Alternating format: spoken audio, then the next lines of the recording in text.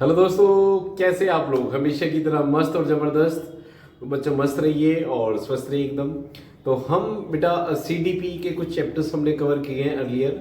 एक दो दो चैप्टर कवर किए हैं और आज हम एक थर्ड चैप्टर लेके आए हैं। और ये चैप्टर बहुत इंटरेस्टिंग है।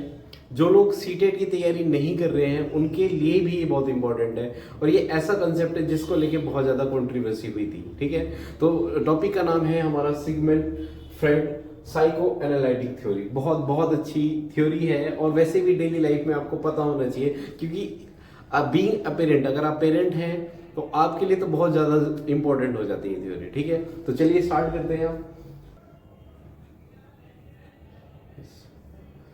Sigmund Freud psychoanalysis. ठीक है, तो साइको एनालिसिस के ऊपर सिगमंड फ्रेड ने एक बहुत अच्छा कंसेप्ट दिया और बहुत अच्छी थ्योरी दी। और ये थ्योरी कुछ कंट्रोवर्शियल भी हो गई थी, लेकिन उन्होंने बात बिल्कुल खरी कही थी।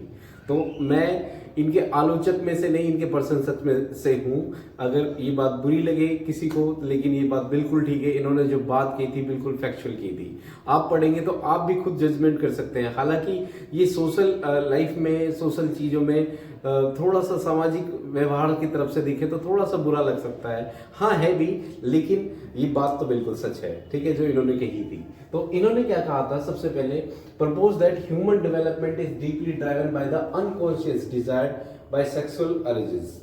इन्होंने कहा था कि देखो, डेवलपमेंट में सिर्फ ये रोल नहीं है कि आप क्या खा रहे हैं, क्या पी रहे हैं, एनवायरनमेंट कैसा है, लेकिन सेक्सुअल अर्ज जो आपकी सेक्सुअल शारीरिक भूख है, शारीरिक इच्छाएं हैं, वो भी कहीं ना कहीं आपकी पर्सनालिटी को कहीं ना कहीं इफेक्ट कर सकते हैं। ठीक है, तो कैसे इफेक्ट कर सकते हैं, इन्होंने इस बारे में थोड़ा और डिटेल में बात की। ठीक है, तो सबसे पहले इन्होंने एक्चुअली में देखो, सबसे पहले साइकोडायनेमिक अप्रोच दी। इसके अकॉर्डिंग क्या होता है कि behaviour is the result of the continuous interaction among the intersection psychological forces. Actually जो हमारा बिहेवियर है, हमारे अंदर हमेशा एक तूफान चलता रहता है। हमारे अंदर हमेशा अच्छा भला बुरा ये सब चीजें चलती रहती है। क्या अच्छा है, क्या भला बुरा है, और उसका साइको सेक्सुअल इम्पैक्ट क्या है। ठीक है, और वो कहीं ना कहीं हमारी पर्सनैलिटी पे कहीं ना कहीं इम्पैक्ट डालता है। ठीक है, कैसे और बहुत डिटेल में बताऊंगा। ठीक है, रोल ऑफ सेक्सुअल अर्ज। अब इसमें सेक्सुअल अर्ज का क्या रोल है? तो सिगमंड फ्रेड कहते हैं कि सेक्सुअल अर्ज लिबिडो लिबिडो का मतलब होता है बेटा एक तरीके से चाहत, किसी चीज को पाने की चाहत। ठीक है, as the primary motivator and psychological development. उन्होंने कहा है कि साइकोलॉजिकल डेवलपमेंट, ह्यूमन की साइकोलॉजिकल डेवलपमेंट में सेक्सुअल अर्ज यानी उसकी लिबिडो, उसकी चाहत बहुत इंपॉर्टेंट रोल प्ले करती है। और ये चाहत, ये जो लिबिडो है, ये बच्चे के जन्म से ही स्टार्ट हो जाती है। ठीक है, कौन कौन से फैक्टर हैं इनके बारे में बात करते हैं। चलिए, ठीक है, कैसे इंपैक्ट डालते हैं ये। ओके, तो इन्होंने सबसे पहले तीन कॉन्सेप्ट दिए इसके ऊपर, तीन एस्पेक्ट दिए, जिसको बोलते हैं कंक्रीट एस्पेक्ट, डायनेमिक एस्पेक्ट और साइकोसेक्सुअल स्टेजेस। ठीक है, तो सबसे पहले कंक्रीट एस्पेक्ट कौन सा होता है? कंक्रीट मतलब होता है जो फिक्स है, रिजिड है ना। और डायनेमिक का मतलब होता है जो थोड़ा चेंज होता रहता है। ठीक है, जिसमें थोड़ी सुधार की जरूरत है। जो कंक्रीट नहीं है ना, ये थोड़ा सा एज के बाद चेंज होते रहते हैं। कंक्रीट ऐसा होता है कि जो फिक्स होते हैं हमारे। ठीक है, तो सबसे पहले हम करते हैं कंक्रीट एस्पेक्ट या आइसबर्ग मॉडल। तो इन्होंने क्या बताया, देखो इस मॉडल के अंदर क्या बताया, Freud famously compared the human mind as the iceberg floating in water. Iceberg देखा आपने, है ना, टाइटेनिक वाला, बिल्कुल। तो आइसबर्ग क्या होता है? आइसबर्ग आपने देखा होगा कि एक पहाड़ का, एक बर्फ का एक पहाड़ होता है जो समुद्र में तैरता रहता है। ठीक है, लेकिन उस पहाड़ की एक खास बात होती है, वो जितना दिखता है उससे ज्यादा कहीं अंदर होता है। ठीक है, बिल्कुल सही। सेम एज ह्यूमन बिहेवियर है। ह्यूमन बिहेवियर आपको लगता तो ऐसा है कि जो वो वर्तमान में है ना, जो वो सोच रहा है, बोल रहा है, वो पर्सनैलिटी है, लेकिन नहीं। एक्चुअली में जो उसके अंदर दबा हुआ है, जो बहुत सालों का इकट्ठा हुआ है, कहीं ना कहीं वो बार बार आते रहते हैं उसकी लाइफ में, और वो उसकी पर्सनैलिटी को कहीं ना कहीं इफेक्ट करते हैं। ठीक है, इसी को आइसबर्ग मॉडल बोला उन्होंने। ठीक है, तो उन्होंने कहा है कि जो ह्यूमन बिहेवियर है उसमें दो चीजें बहुत इंपॉर्टेंट करती हैं। कॉन्शियस माइंड, जो हमारे 10%, यानी जो मैं आपसे मान लो बात कर रहा हूं, तो मेरा सिर्फ कॉन्शियस माइंड का सिर्फ 10% ही काम कर रहा है। अभी मेरे अंदर एक्चुअली क्या है, मेरा बचपन कैसे बीता है, मुझे कैसा एनवायरनमेंट मिला है ना, उसकी वजह से मेरी पर्सनैलिटी कैसी हुई है, वो चली जाती है सबकॉन्शियस में। किस में चली जाती है बेटा, सॉरी अनकॉन्शियस में चली जाती है। जैसे मान लो मेरे को कोई खिलौना चाहिए था और मेरी फैमिली भी, अब मेरे पापा ने नहीं दिलवाया मुझे फॉर एग्जांपल, ठीक है, तो वो कहीं ना कहीं मेरे अंदर दबा रह जाता है, ठीक है, इसको बोलते हैं अनकॉन्शियस। तो उसकी वजह से मेरी पर्सनैलिटी में क्या चेंजेस आए, मुझे उस टाइम मेरा गुस्सा पनपता रहा, धीरे धीरे मेरे भाई ने मुझे बिना बात के लिए मार दिया, तो ये कहीं ना कहीं अनकॉन्शियस माइंड में चला जाता है मेरे। सब देखो, सबकॉन्शियस कौन सा होता है, तीन चीजें होती है। एक तो कॉन्शियस मतलब जो प्रेजेंट में मैं आपसे बात कर रहा हूँ, ठीक है, और अभी ऐसा लग रहा है कि भाई जीत सर पढ़ा रहे हैं आपको और ठीक है, ये बहुत अच्छा लग रहा है, पढ़ के कुछ नया नया सीख रहे हैं, ये कॉन्शियस से हम जो बात कर रहे हैं, ठीक है। अनकॉन्शियस सबकॉन्शियस पे आते हैं। फिर सबकॉन्शियस कौन सा होता है कि मैं थोड़ा याद करता हूँ, मान लो मुझे कोई कंसेप्ट याद नहीं आ रहा, फिर मैं थोड़ा याद करता हूँ, दिमाग में जोर डालता हूँ और वो सबकॉन्शियस है। अनकॉन्शियस कौन सा, जो बिल्कुल हिडन है ना, जिसकी वजह से जो जमा होता गया मेरी लाइफ के अंदर, है ना। तो बच्चे के अंदर भी उसकी पर्सनैलिटी का कहीं ना कहीं रोल क्या होता है, उसके अनकॉन्शियस माइंड का होता है कि कहीं ना कहीं जो उसका जब जब वो डेवलप होता है, उसका ग्रोथ होता रहता है धीरे धीरे, तो कहीं ना कहीं आपकी वो क्या नहीं कर पाया लाइफ में या उसने क्या किया बचपन में, तो इसका कहीं ना कहीं बहुत इंपॉर्टेंट रोल प्ले करता है। तो अगर आप पेरेंट हैं तो आप अपने बच्चे की छोटी से छोटी बात को भी टाल नहीं सकते। देखिए उसको, समझिए वो क्या कहना चाहता है, क्योंकि कहीं ना कहीं ये उसकी पर्सनैलिटी में रोल प्ले करेगा। अगर आप उसकी बात सुनते हैं, उसकी बात ध्यान देते हैं, उसको इंपॉर्टेंस देते हैं, तो कहीं ना कहीं उसको अच्छा फील होगा।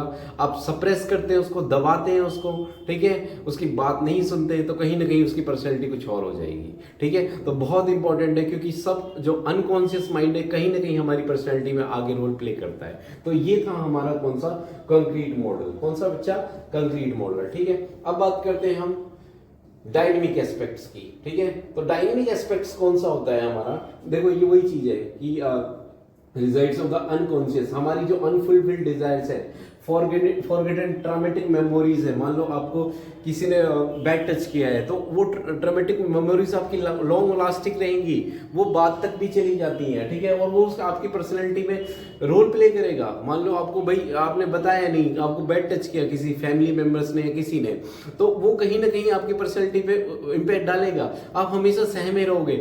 जैसे कुछ बच्चे यहाँ हैं जो बोल नहीं पाती कि भाई उनके साथ कुछ गलत हुआ है, तो वो कहीं ना कहीं डरी हुई रहती है, सहमी हुई रहती हैं, वो किसी अजनबी को देख के इसलिए सहम जाती हैं। तो कहीं ना कहीं ये उसकी अनकॉन्शियस माइंड में चला गया उसके, ये लेकिन उसकी पर्सनैलिटी पे इम्पैक्ट डाल रहा है, ठीक है, कहीं ना कहीं। ओके, ठीक, इसी को लिबिडो बोलते हैं। अब आते हैं इसके डायनेमिक एस्पेक्ट्स पे। डायनेमिक एस्पेक्ट्स जो होते हैं ये चेंज हो जाते हैं, इसलिए इसको डायनेमिक बोलते हैं। तो अकॉर्डिंग टू फ्रेड उसके 3 फैक्टर्स हैं, इड, ईगो और सुपर ईगो, ठीक है। ये जो ईगो है ये प्राइमरी है, ये बायोलॉजिकल डोमेन है, मतलब ये जन्म से लेके स्टार्ट हुआ है, ठीक है। तो इड के अंदर क्या होता है कि जो बच्चा है उसके अंदर इड होता है, मतलब इड का मतलब क्या होता है कि उसको चाहिए ही चाहिए हर चीज, कि भाई मुझे तो चाहिए, नहीं तो रोने लगेगा, दूध चाहिए तो मुझे चाहिए ही चाहिए, है ना। तो ये 1 साल से 1.5 साल से पहले की बात है। तो जो बच्चा इन्फेंट होता है, छोटा होता है, तो उसको हर चीज चाहिए, वो समझेगा नहीं। आप उसको समझाने बैठ जाओ, बट बच्चा अभी नहीं, मम्मा को सोना है, अभी नहीं दूध पियो, या फिर अभी वो नहीं करना, ये नहीं, उसको कुछ समझ में नहीं आएगा। इसको बोलते हैं इद। इद का मतलब क्या होता है कि उसको भाई need without considering the reality और मोरल्स, वो तुम्हारी मोरालिटी नहीं समझ रहा, उसको नहीं कि बेटा मम्मा को दर्द हो रहा है, अभी नहीं करना, दूध नहीं पीना है, ठीक है, ये सब नहीं समझेगा बच्चा। तो उसको मोरल वैल्यू की कोई कदर नहीं है, आप क्या समझा रहे हो उसको कोई फर्क नहीं पड़ता। इसको बोलते हैं इद। अब आ जाती है उसके अंदर ईगो, थोड़ा सा ईगो आ जाता है। ईगो मतलब, इसको ईगो क्यों बोला गया है कि बच्चे को बोलेंगे तो थोड़ा उसको समझ में आएगा, है ना। तो बच्चा बेवकूफ तो नहीं है, उसको धीरे धीरे चीज समझ में आ जाए। अब उसके ईगो पे लगी कि हाँ मना कर दिया, तो वो थोड़ा समझेगा कि क्यों मना किया है, ठीक है। तो अहम आ जाता है उसके अंदर। ये एज होती है 1.5 से 2 साल तक। तो रियलिटी आ जाती है उसकी लाइफ में कि उसको कब चीज मिलेगी, कब नहीं मिलेगी, कब उसको मना किया जा सकता है, ठीक है। तो ये चीज आ जाती है उसके अंदर, रियलिटी प्रिंसिपल। इसका प्रिंसिपल रियलिटी है, इसका प्रिंसिपल प्लेजर है। उसको प्लेजर चाहिए, बस उसको जिस चीज से खुशी मिलती है उसको चाहिए ही चाहिए वो। थर्ड है हमारे पास सुपर ईगो, जिसको सोशोलॉजिकल भी बोलते हैं, जो 3 से 4 साल की उम्र में होता है, थोड़ा सा और भी ज्यादा रहता है, ठीक है। इसके अंदर थोड़ा सा सोशल भी, कि भाई मान लो मुझे इस बच्चे को नहीं मारना, बच्चे 3-4 साल का हो जाए तो छोटे बच्चे को नहीं मारना, उसके अंदर ये आ जाएगा कि नहीं तो इसके पेरेंट्स आ जाएंगे लड़ने के लिए हमारे मम्मी पापा से, तो बच्चा थोड़ा सोचने लग जाता है, उसको सोशल ऑर्डर भी मेंटेन करना आ जाता है। इसको बोलते हैं सुपर ईगो। तो ये कनेक्टिविटी है। जो ईद है ये तो बिल्कुल लालची है, उस टाइम तो उसको चाहिए चाहिए। इसके अंदर मोरालिटी आ गई थोड़ी सी बच्चे के अंदर, वो चीजों को सीखने लग जाएगा, तो बीच का थोड़ा सा ईगो के अंदर आ जाएगा। हाँ ठीक है, ओके। नेक्स्ट ये है हमारे डायनेमिक एस्पेक्ट। अब आते हैं हमारे पास, अच्छा डायनेमिक एस्पेक्ट में सबसे पहले ईद के अंदर देखो, यहाँ पे ना बच्चे को 2 इंस्टिंक्ट हो जाते हैं, उसके लाइफ इंस्टिंक्ट तैयार हो जाते हैं। ये ईद की बात बता रहा हूं मैं तुम्हें। सबसे पहले है लाइफ इंस्टिंक्ट एरोज और दूसरा है डेथ इंस्टिंक्ट थेरोज। अगर उसको चीज मिल गई तो वो अच्छा फील करेगा, प्लेजर फील करेगा, तो उसके अंदर आ जाएगी बेटा लाइफ इंस्टिंक्ट, मतलब पॉजिटिव चीजें डेवलप होंगी लाइफ के अंदर। ठीक है, तो अगर वो खुश है तो बच्चे को बहुत प्यार, कहा भी गया है कि मतलब बच्चे को 2-3 साल तक तो ना इतना प्यार करो बहुत ज्यादा जब, ठीक है, तो बच्चा प्लेजर फील करे, तो इससे उसकी क्या होगा, नेगेटिविटी कम होगी, प्लेजर ज्यादा फील करेगा, एक अच्छी पर्सनैलिटी बनने के उतने ही ज्यादा चांसेस है। डेथ इंस्टिंक्ट का मतलब क्या होता है कि अगर उसको मना कर दिया, नहीं ये नहीं करना, नहीं ये नहीं करना, नहीं ये इसको टॉयज को नहीं करना, आपने फेंक दिए, तो बच्चे के अंदर डेथ इंस्टिंक्ट आ जाएगी, नेगेटिविटी के भाव आ जाएगा, उसको बुरा लगने लगेगा, जेलेसी, एंगर, सेल्फ हार्म कर सकता है, डिस्ट्रैक्शन, ड्राइव, डिप्रेशन, एग्रेशन उसके अंदर आ सकता है, ये चीजें। ठीक है, लेकिन वहीं उसको अच्छी चीज मिले तो प्लेजर होगा, ग्रोथ होगा, कॉर्पोरेशन, लाउड फोकस होगा थोड़ा लाइफ के अंदर, समझ में आए, तो ये चीजें डेवलप हो सकती हैं। तो आपको पता होना चाहिए लाइफ इंस्टिंक्ट और डेथ इंस्टिंक्ट क्या होती है, समझ के, ओके। इसको एरोस एंड थेटोस भी बोलते हैं, समझ के। अब आते हैं इसके अंदर overview of cycle sexual stages. अब साइकिल सेक्सुअल स्टेजेस कौन कौन सी होती है हमारी, इन पे आते हैं। तो सबसे पहले होती है ओरल स्टेज, दूसरी होती है एनल, फैलिक, लेटेंसी और जेनिटाइल। बहुत इंपॉर्टेंट है, इसको समझना बहुत जरूरी है, बहुत बहुत इंटरेस्टिंग है। ठीक है, तो फ्रेड ने बोला कि सबसे पहले देखो, फ्रेड ने ये बोला, अब साइकिल सेक्सुअल जो कंसेप्ट है वो ये कंसेप्ट है ना, सेक्सुअल एक्टिविटी कहाँ से आ गई, वो यहाँ से आई है, जिसकी वजह से फ्रेड को बहुत ज्यादा समाज में क्रिटिसिज्म देखने को मिला, बुरा फील हुआ उसको। ठीक है, तो उसने बोला कि देखो सबसे पहले कि ओरल स्टेज है ना जो, वो एक्चुअली साइकिल सेक्सुअल मतलब सेक्सुअल एक्टिविटी बच्चे के अंदर जन्मजात आ जाती है, पहली आती है उसकी ओरल स्टेज। अब ओरल में तो कोई सेक्स नहीं करता वो, ओरल में तो इसका मतलब क्या है, उसके अंदर सबसे पहले ओरल, मुंह से प्लेजर लेने की कोशिश करेगा, हर चीज को सक करेगा, ठीक है, दूध पिएगा, चाहे कुछ भी हो जाए, ठीक है। तो ये सबसे पहले ओरल स्टेज आ जाएगी उसको 0 से 1 के अंदर, सकिंग करेगा, बाइटिंग करेगा, ठीक है, वेरिंग एंड ओरल ग्रेटिफिकेशन, समझ गए, वीनिंग एंड ओरल ग्रेटिफिकेशन, मतलब हर चीज से ओरल में, मुंह से लेके आनंद की महसूस करने लगेगा। ये भी एक साइकिल सेक्सुअल एक्टिविटी है ना, समझ गए।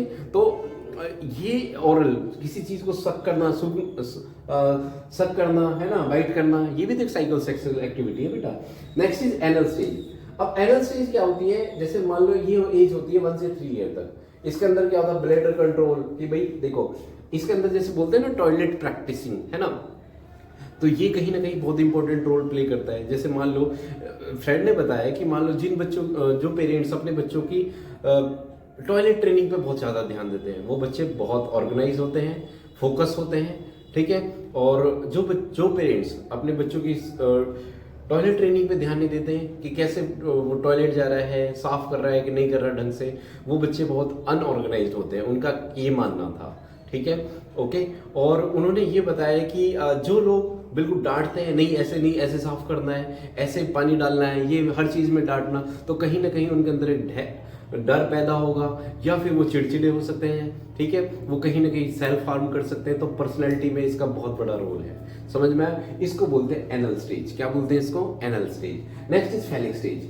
फैलिक स्टेज वो स्टेज है जिसकी वजह से फ्रेड है ना जो भाई, इसको भाई बहुत बुरा सुनाया लोगों ने। इन्होंने बोला कि जेनेटाइल और टचिंग ऑर्गन्स, इन्होंने बोला ऑडियोपस और इलेक्ट्रा कॉम्प्लेक्सेस, ये क्या होते हैं इनको समझते हैं, ठीक है। इन्होंने ये बोला कि देखो कहाँ है, इनको डिटेल में समझे। पहले ओरल स्टेज की बात करते हैं, ठीक है, ये मैंने वो मेन चीज थी, ये देखो ओरल, एनल, फैलिक, लेटेंसी और जेनेटाइल, ठीक है। अब थोड़ा सा 1 बाय 1 इसको पढ़ते हैं, ठीक है। तो 1 बाय 1 पढ़ेंगे। तो देखो सबसे पहले क्या है, ओरल स्टेज मैंने बता दिया, हर चीज में सक करना है उसको, ठीक है। अब फिक्सेशन रिस्क क्या होता है, फिक्सेशन का मतलब है कोई ऐसी चीज जो लाइफ टाइम तक उसके साथ हो जाए, फिक्स हो जाए, है ना, स्थायी हो जाए, है ना। अब इससे क्या दिक्कत है, अगर मान लो देखो, अगर उसको सही तरीके से ट्रेनिंग नहीं मिली तो क्या होगा, वो एडल्ट तक जा सकती है। जैसे इसकी वजह से बच्चा ओरल स्टेज में अटक गया, स्टक हो गया कहीं ना कहीं, है ना। तो वो हमेशा उसको सक करने की आदत रहेगी, किसी चीज को थंब को सक करेगा, वो ऐसे ऐसे बहुतों की आदत होती है, नेल बाइटिंग करने लग जाते हैं, ठीक है। तो कहीं ना कहीं वो फिक्स हो गई उनके अंदर, ये अर्ज है, ये हमेशा उसकी एक पर्सनैलिटी में आ गई, ठीक है। तो ओरल स्टेज पे बहुत ज़्यादा ध्यान देने की जरूरत है कि बच्चा कब ज़्यादा मुंह में चबाए नहीं तो ये कहीं ना कहीं उसकी पर्सनैलिटी में रोल प्ले करेंगे, ठीक है।